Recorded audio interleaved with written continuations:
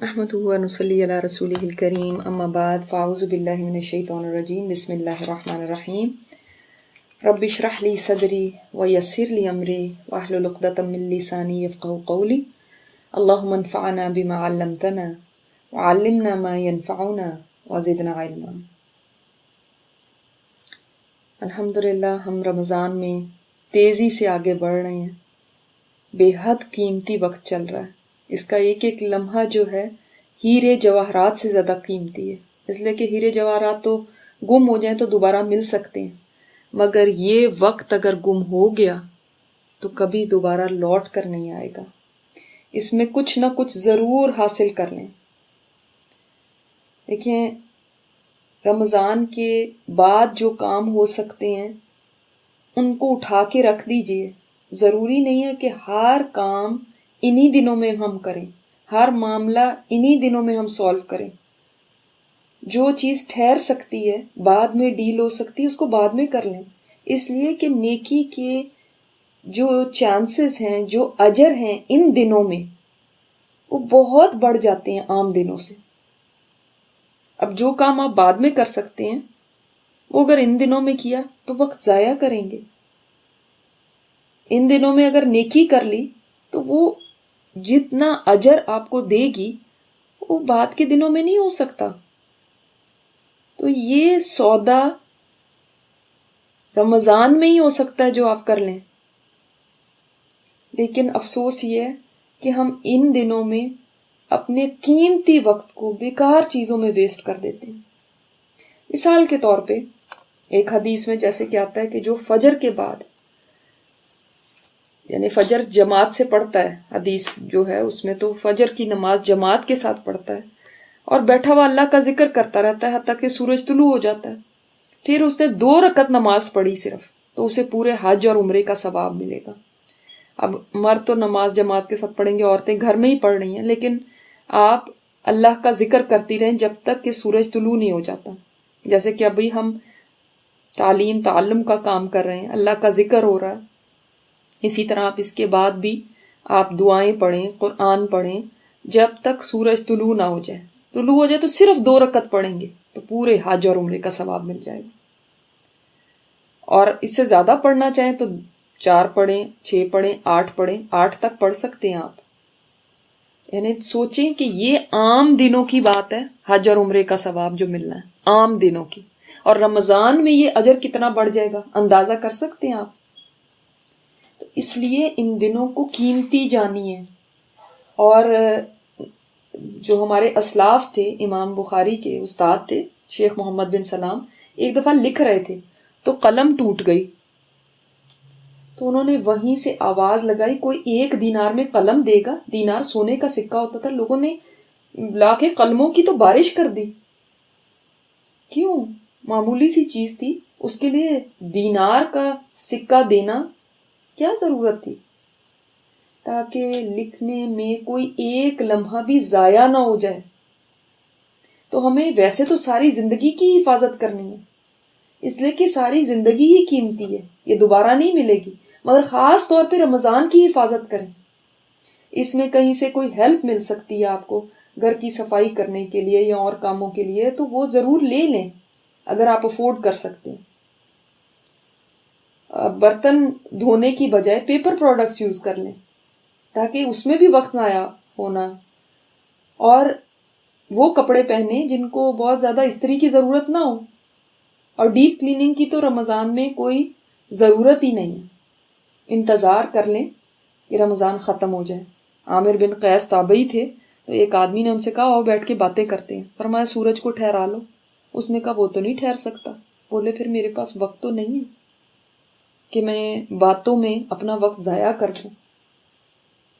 اس لیے ان لمحات کی حفاظت کیجیے، کوشش کریں ان کو بیسٹ گزارنے کی۔ گھر کے کاموں میں بھی لگے ہوئے، ظاہر ہے وہ کرنے ہی ہوں گے، تب بھی اس دوران اللہ کا ذکر جاری رکھیے۔ یاد رہتا ہے آپ کو ذکر کرنا؟ ضرور کسی کو کہہ دیں جو آپ کو یاد کرا دے۔ اسی طرح ہم نے کل بات کی تھی غیبت کی، آپ نے کوشش کی اس سے بچنے کی؟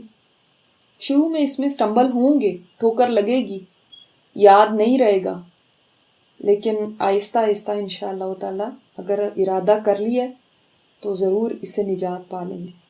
اس کے لیے ایک نسخہ آپ کو بتاتی ہوں کہ اپنے بچوں کو اپنی مورل پولیس بنا لیں۔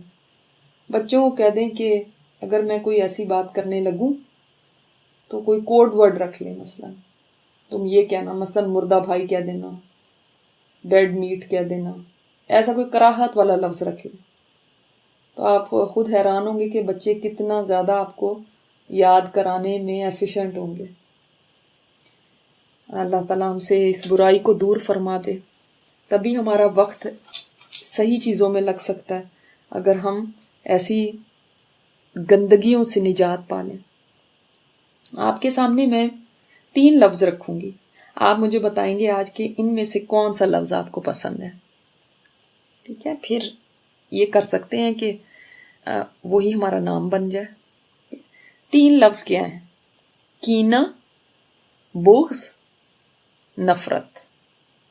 ان میں سے آپ کو کون سا اچھا لگتا ہے؟ اگر آپ کو کینہ اچھا لگتا ہے تو پھر آپ اپنا نام کینہ پرور رکھ سکتے ہیں، بغض اچھا لگتا ہے تو بغض رکھنے والی رکھ سکتے ہیں، نفرت اگر اچھا لگتا ہے تو یہ رکھ سکتے ہیں۔ کون سا اچھا لگتا ہے آپ کو؟ کوئی بھی نہیں اچھا لگتا؟ تو ہم نے اپنے دل تو انہی چیزوں سے بھرے ہوئے ہیں۔ کیا چیز ہوتی ہے یہ کینہ؟ اتنا سنتے رہتے ہیں ہم، کینہ کینہ، بغض، کیا چیز ہے یہ؟ دیکھیں، جب انسان اپنے غصے کو دباتا ہے نا، اس کو نکال نہیں سکتا، تو وہ غصہ اندر جمع ہو جاتا ہے اور یہی کینہ بن جاتا ہے۔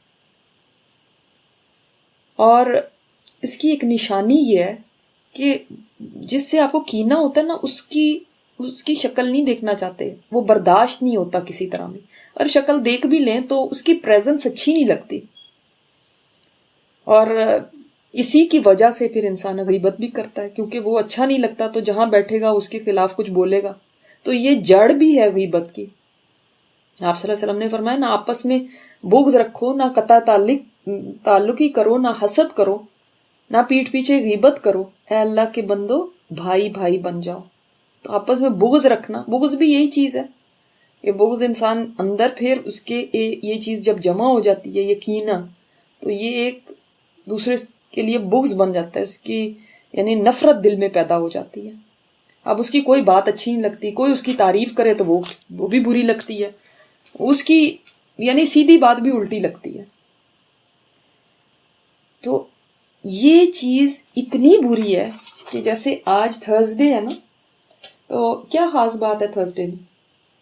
اور پتہ ہے نا، منڈے اور تھرسڈے کو اللہ تعالیٰ کے ہاں ہمارے اعمال پیش ہوتے ہیں، آج بھی پیش ہوں گے انشاءاللہ، اور انشاءاللہ یہ بھی پیش ہوگا کہ اللہ کی ایک بندی نے اللہ کی طرف رخ کرنے کا ارادہ کر لیا، اپنے دل کو صاف کرنے میں لگی ہوئی ہے، اگر ہم نے واقعی توبہ کر لی ہے، جو پچھلی ہم نے باتیں کی تھی ان میں۔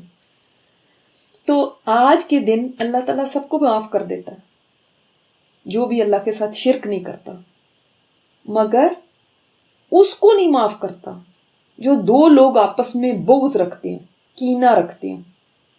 ان کے لیے حکم کیا ہوتا ہے کہ ان کی مغفرت ابھی نہیں ہوگی جب تک یہ آپس میں صلح نہ کر لیں، یعنی آپس کے اندر یہ بغض کو چھوڑ کے، آپس میں یہ کینے کو چھوڑ کے، اور صلح آپس میں صلح صفائی سے نہ رہیں اس وقت تک۔ تو سوچیں کہ یہ جو دل کا کینہ ہے یہ کہاں تک رسوا کرتا ہے انسان کو، اور کس طرح اور گناہوں کا سبب بنتا ہے۔ پھر کوئی اگر اتنا برا لگتا ہے، اس کے لیے کینہ ہوتا ہے، تو جب ہم اس کی برائی کرتے ہیں، دوسرا آگے سے اگر کہہ بھی دینا اچھا چھوڑو جانے دو نا، تو ہم فوراً کہتے ہیں ہاں تمہیں کیا پتا، تمہارے لیے کہنا آسان ہے نا۔ تو کیا کریں گے؟ اس کینے کو لے کے بیٹھے رہیں گے، قبر میں لے کے جائیں گے اس کینے کو۔ سوچیں کتنا روٹن ہو چکا ہوگا یہ دل جس میں کینے بھرے میں ہیں، اور یہ سوچیں کہ نہ میں نے زندہ رہ جانا ہے اور نہ جس کے لیے کینہ میرے دل میں ہے اس نے رہنا ہے۔ کیا ملے گا ان کینوں کو پال کے؟ اللہ کے ہاں تو سب فیصلے ہو جائیں گے، یاد رکھیں اگر اللہ سے دوستی کرنی ہے نا تو دل کو صاف کرنا ہی پڑے گا، ورنہ دوستی نہیں ہو سکتی، یہ نفرتیں نکالنی ہوں گی. Dear viewers, don't forget to subscribe my channel for more videos. It's totally free. Thank you very much. Assalamu alaikum.